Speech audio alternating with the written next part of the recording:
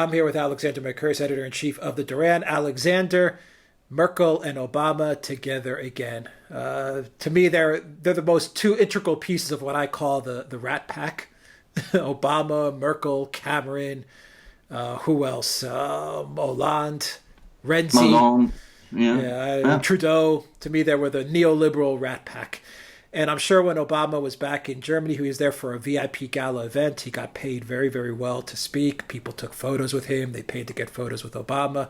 I'm sure Merkel felt very, very at ease and very comfortable to be with Barack Obama again, especially given the tension that she has with the current U.S. government, the current U.S. administration. What do you make of Obama and Merkel together again? Well, it's two birds of a feather flocking together. Can I just say the story of the Obama presidency was of this alliance between the leader of the American left, who was Barack Obama, and the leader of the German right, supposedly, and she's not really very right, who is Angela Merkel. In reality, they are both neoliberal centrists, and they both together pursued almost identical policies and saw eye to eye on many things. And they're also friends. And one thing that always stands out for me is that in July 2014, when the European Union and the United States decided to impose sectoral sanctions on Russia, it was Obama and Merkel who forced it down on everyone else. Merkel is the only important leader from those meetings who's still in office, and of course she's going. And then a year later, when the very harsh bailout conditions were imposed on Greece, it was again Obama and Merkel who agreed them together in telephone calls, cutting out Merkel's own finance minister, Wolfgang Schäuble, who, as we discussed in a recent video, wanted to take a completely different view. What Obama and Merkel did, they were this extraordinary partnership which promoted this neoliberal, globalist, Atlanticist project to the most neoliberal hell. To the most extreme level. They did this in their domestic policies, where, I mean, it was under Obama that you get this extraordinary, and in my opinion, disastrous swing towards neoliberalism within the United States. And that, by the way, also involved supporting, in the most disastrous way, this utterly corrupt banking system in the United States with all the huge bailouts that took place then. And of course, it was also under Merkel, who carried out this extraordinary action of agreeing to allow all these floods of immigrants to pour into Europe, an action which, of course, Obama supported. And it was Obama and Merkel together who decided to confront the Russians. It was Obama and Merkel together who pursued all these very regressive economic policies in Europe, which have beggared Southern Europe, and who have promoted integrationism throughout the EU. It was Obama who intervened alongside Merkel in the 2016 Brexit referendum in Britain, Very good point. Publicly calling on British people to vote to remain in the EU as it pressed ahead with its integrationist policies. And it was, of course, Barack Obama and Merkel who not only decided to gather on the very hard line against Russia and on the support for the movements, the very right-wing movements in Ukraine, which carried out the Maidan coup there, but who also together sponsored both the Syrian wars, the Libyan conflict, and, of course, the pivot to the east, which is the policy to contain China. All the problems that we see today in the world that are talked about to such an extent, the unbalanced economies, the enrichment of the 1%, the growth of tensions in Europe between the Russians and the West, the growth of tensions in the Far East between China and the United States, and the conflict in the South China Sea, the conflicts in the Middle East, the vast immigrant flows that we've seen all in Europe especially, all of those have their origins during Obama's presidency and were instrumentally caused by this partnership between him and Angela Merkel, the Chancellor of Germany, the most powerful ally, as he saw it, of the United States and of himself. Yeah, here you have Obama, who wrecked the United States, and you have Merkel, who wrecked Europe, getting together for a VIP gala event in true neoliberal form. Absolutely true neoliberal form. And you mentioned Syria, Libya, Ukraine. I wrote those down. You also had Obama spying on Merkel. Indeed. Which he did. And I want you to comment on this as we wrap up the video. He spied on Merkel, and you have the rise of the intelligence apparatus, the censorship, the spying, Snowden, Manning, Assange, all of this under Obama and Merkel's reign.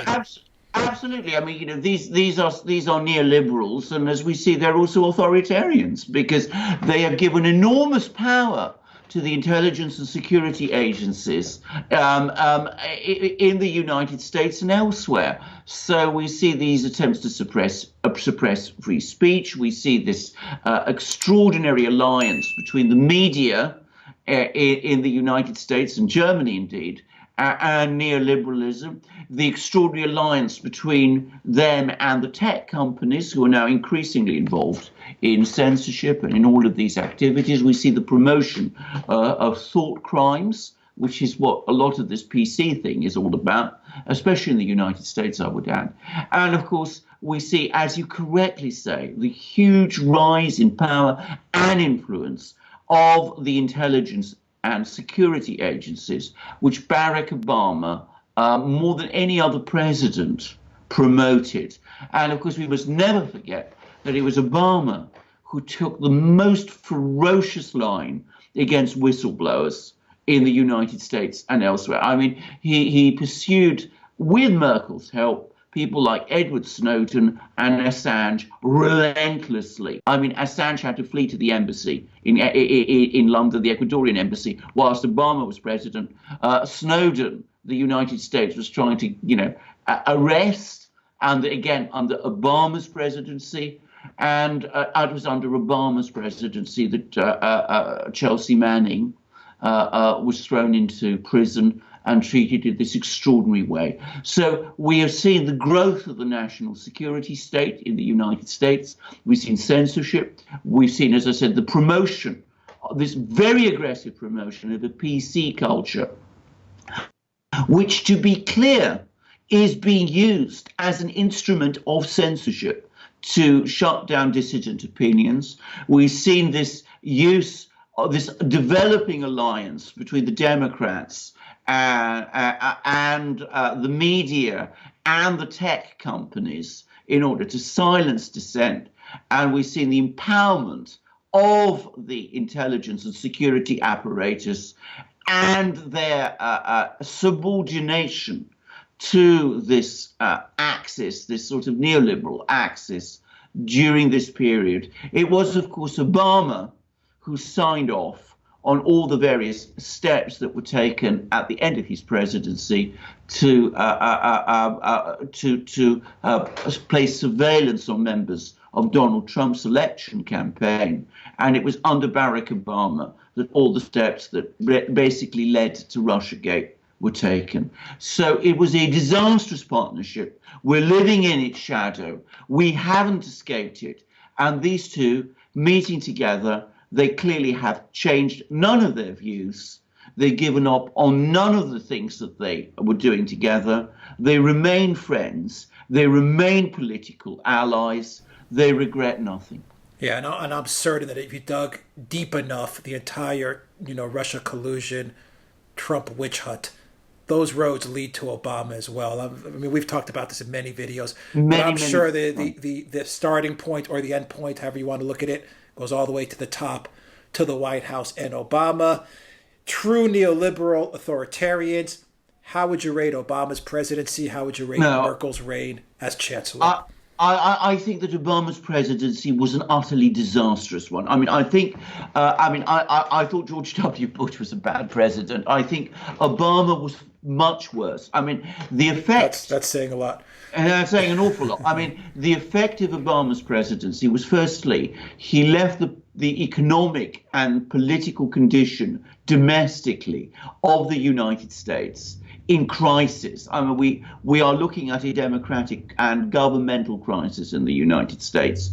And he also completely upset the international system, so that countries like China and Russia, which could have been friends of the United States, were alienated and now have become both enemies of the United States, to the extent that something they didn't want to be, and allies of each other against the United States, which is not in America's interests.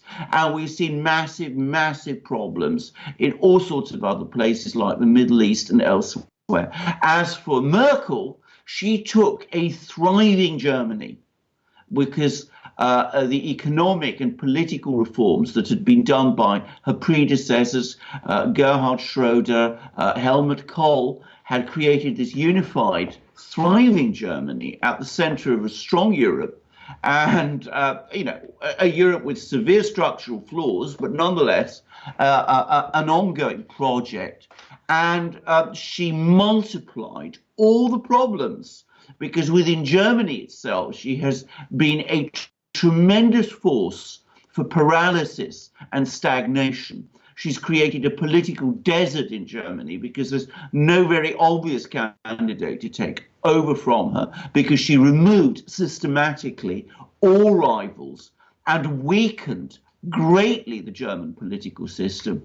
And she has resulted in a deeply dysfunctional European Union with rebellions against central control now cropping up in all sorts of places. Brexit is one example. The Salvini five-star movement government in Italy is another. The emergence of Orban and the Visegrad group is a third.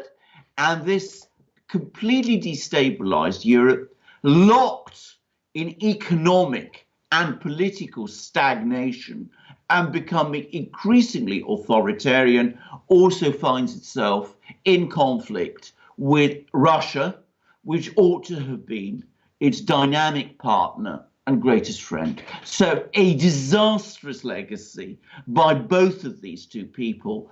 In Obama's case, the worst president I can remember, and I remember, as I say, both George W. Bush and Richard Nixon and Jimmy Carter, who were all pretty awful, and in Angela Merkel's case, the most disastrous chancellor Germany has had since the Second World War. Two peas in a pod. Two peas in a pod. And they've learned nothing. They've learned nothing. Alexander Mercouris, editor-in-chief of the Duran. Thank you very much, guys. If you like this video, click the subscribe button down below. Click on the notifications bell to get notifications every time we push out a new video. Visit the Duran shop, pick up a t-shirt, help support the Duran in the description box down below. You will also find links to our PayPal and Patreon pages. Please donate to us. It really helps us out a lot. And get a copy of this video in audio format. Follow us on iTunes and SoundCloud. Go to theduran.com and see all the articles that Alexander links up to as well. Alexander Mercouris, editor-in-chief of the Duran. Thank you once again. Take care, everybody.